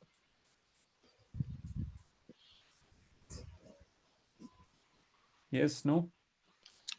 Yes, yes, yeah. Okay. Let me just show you how it looks like, how the conversation is happening inside the tool, right? Earlier in this particular scenario, we were looking it through the verbose, but let's just build everything ourselves. Let's just not import the tool just like that and build it ourselves so that we can see how things are flowing internally, right? It will just take 2 minutes because we already understand what is happening in here, right? So it will just take 2 minutes to go through the code. It will give you a better understanding, right? So in here, I am just building first of all my LLM instance. Here I am building my LLM instance. I have also built LLM OpenAI instance depending upon if your tool calling is not doing is not very great, maybe your agent is not that good, right? If your agent is not able to decide which tool to call at what point of time, that might be the scenario, right? So you need to also have like I have a good agent that you can work with, right? And then I have two of my tools, just like my previous one, get weather tool and my calculator tool. And this is where I'm building the React agent. But let's say building it from scratch. This is where we are doing to do this, building this graph. This is my state, agent state, where I have put in my messages, which is going to be a sequence of best messages, and I'm going to append this messages list. And this is also one way of defining my tool. I can pass it through a tool decorator, which is my LangChain core tool. I can pass it my definition in here of this particular tool. And based on this definition, my model will understand what the tool is doing. So this definition needs to be clear. And I can also bind my tool in this particular fashion. So rather than passing those tools in the agent prompt, I can pass it like this so that my model now understand what the tools it has at its disposal, right? And then I have something called tool node, right? Where the tool action is actually being taken. Whatever the tool is available, it will take the tool name and it will invoke that tool. Here I have the tool name, right? And I'm going to invoke that tool with the whatever the arguments that are available to me at let's say it was a calculator, then whatever the calculator arguments are available that were passed by my agent, or if it is a weather application or a weather tool that was called, whatever the things was done. This is happening in this particular line, and whatever are the output that I'm getting, I'm appending this in my outputs, and I'm passing these outputs back to my messages. So it's like I'm taking the state from my taking the whatever the message was there at that particular point of time. I take the last information, whether I need to call a tool, what tool to call, and if I need to call the tool, what is the name of the tool, what is the argument required. I process that information and append it back and send back to my state. This is where I am sending back it to my state. I'm updating my messages with the output information. Whether to call a tool or not to call a tool, this is where it is happening. This is my agent. May I know if all this code is human developed or LLM generated? This is augmented by LLM. This is debugged by me. And so it's like, it's not always that you can have a completely independent LLM generated code you can have, but if you are doing you are coding completely yourself, trust me, you are not using the AI. You should definitely, but not do not just generate the code blindly. You need to understand what is happening. All these annotation and everything that you see in here, I have done it through the large language model. But what LLM have you used? I used the chat GPT models only. That's my, I would say, I generally use that model much more frequent compared to any other model. I have been using it for quite some time now. Okay. And okay, so this is where my agent is going to decide what tool to call, what tool not to call. You are a helpful assistant. Please respond to the user query to the best of your ability. And then I'm invoking my model. right? I'm passing in my message and I'm passing, I'm asking the model to respond based on whatever the question is, right? And this is where I am deciding should continue is going to be my router, the router that we discussed earlier. This is going to be my router, which will decide whether to end. If the last message is end, then I'm going to end. If it is not end, then I'm going to continue, right? If there is no tool call in the last message, I'm going to end this particular scenario, right? And then I'm building my graph, just like my line graph that I was doing. I'm adding these nodes. I'm setting the entry point. You can either start with a start import that you have done, or you can do this entry point, set entry point, and you can pass just one node in here, right? And then you can do you see these comments? It's good to have these comments. You can add these comments. These are already like LLM generated. Once you generate this code, also see if you can cross check whatever the at this proper documentation that is done. Is it correct or not correct? Just it's good to have till the time you build enough confidence on it, right? You build this agent, you connect with the a conditional function which is going to either return a continue or going to return a end. If it returns end, then you should end, or you need to call a tool, right? It will connect to tool, and this tool is going to connect back to the agent, because tool, whenever tool is called, it will process something and it should return back information to my agent, right? This is what is happening, and this is a simple React agent that we have in place. Where is the reasoning agent here? Probably I missed. So reasoning is happening in here, whether you should call a model or not call a model. This is where it is deciding based on the user question. Should you end the flow, or should you continue to call the tool? This is where this call model is taking care of that, right? So these are simple three important function in here: whether you call the agent, whether you continue or not continue, and how you execute your tool. These are simple three steps that are happening in here, and then you build your graph, and this is how you compile your graph. And this is a simple React agent flow that we just discussed. Internally, the tools, the agents that we saw earlier, they were internally doing a similar job, right? They were doing some reasoning, they were doing some conditional end kind of scenario, and they were ending up the results, right? And when you run this, you can have this kind of streaming. When you are going to stream this particular event, you can expect this kind of output. I'll share this notebook. I'll surely would want you guys to uh, do some hands-on on these notebooks. You can build some of your use cases as well. That would be interesting. We can also build some use cases together as well. Yeah. How can we pass the parameter like temperature, top P, top K, etc. for LLMs? Okay, so when you are defining your LLM object, in our case, we defined it here. See, we are passing a temperature, we are passing a model name, right? We set these parameters because these are the parameters when you are building your LLM instance, you set all these parameters. You do all this. Once you have this ready, then you get into and see. If I can show you, do you see this? Initially, when I invoked my human message, this was the human message that was in the input. Based on that, my AI said that I need to do some tool calling. I need to call with this argument city as Delhi, and the name is going to be get weather, which is a type of function. Then I need to call a expression with 3 cross 30, 3 cross 43, which is the argument I need to call calculate. And all this decision is taken by my agent.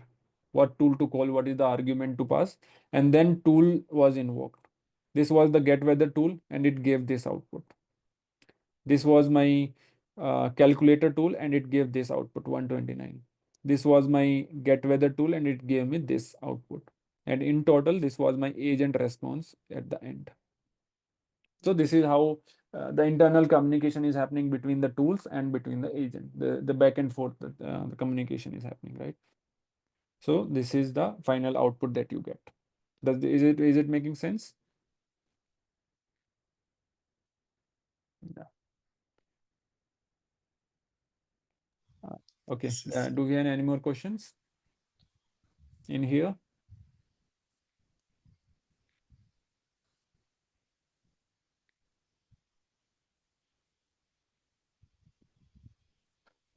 Yeah, I think we are already 5 minutes past our scheduled time. If you have any more questions, we can take it up now, or we can call it a day.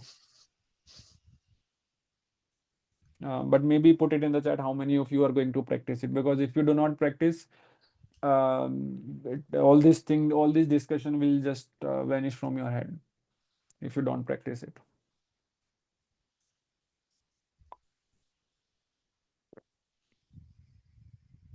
Okay, great. I'll be sharing all these notebooks to get you guys started with. You can build your use case over and above it.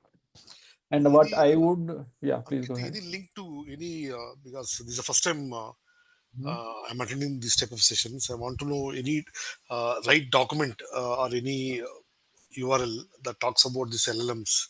Mhm. Any What documentation, exactly about LLMs you are referring to?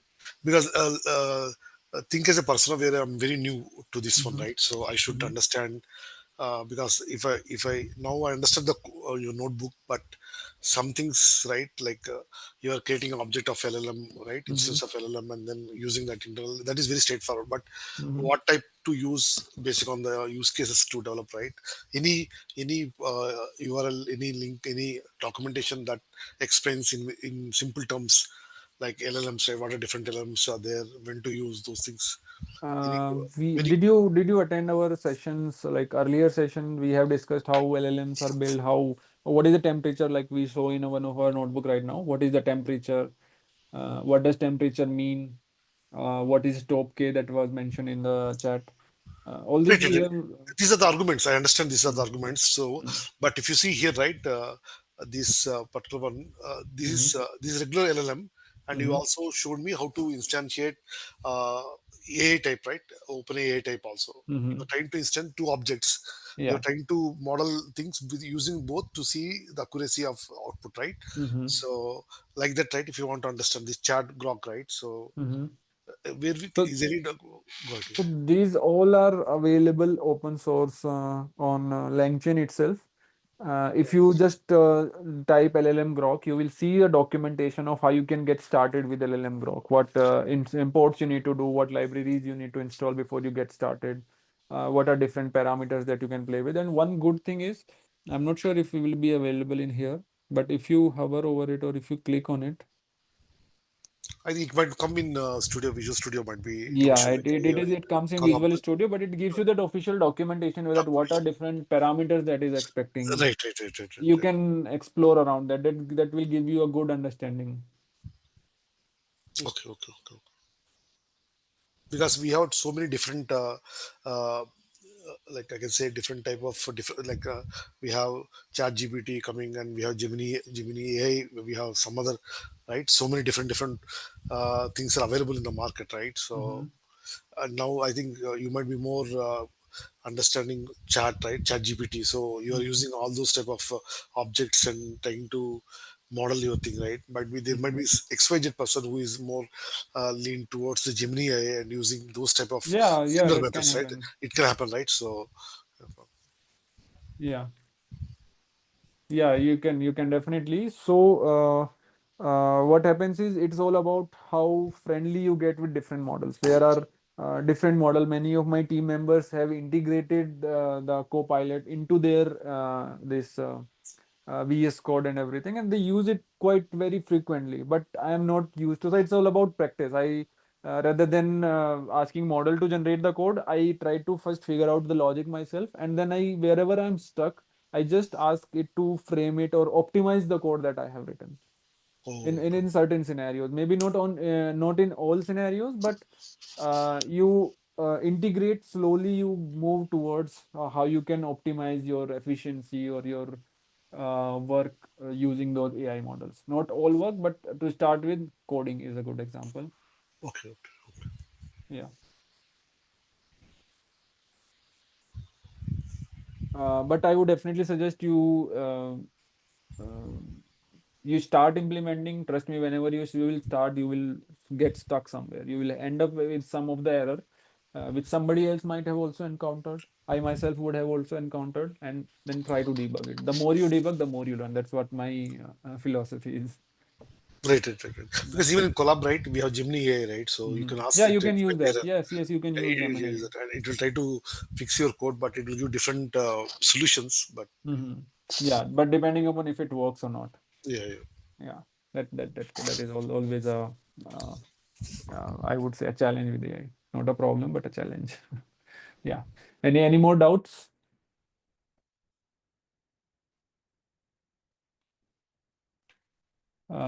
Okay, if we do not have any doubts, I think we can call it a day. We'll meet next week with new discussions, with new agenda, and I'll just request you all to practice.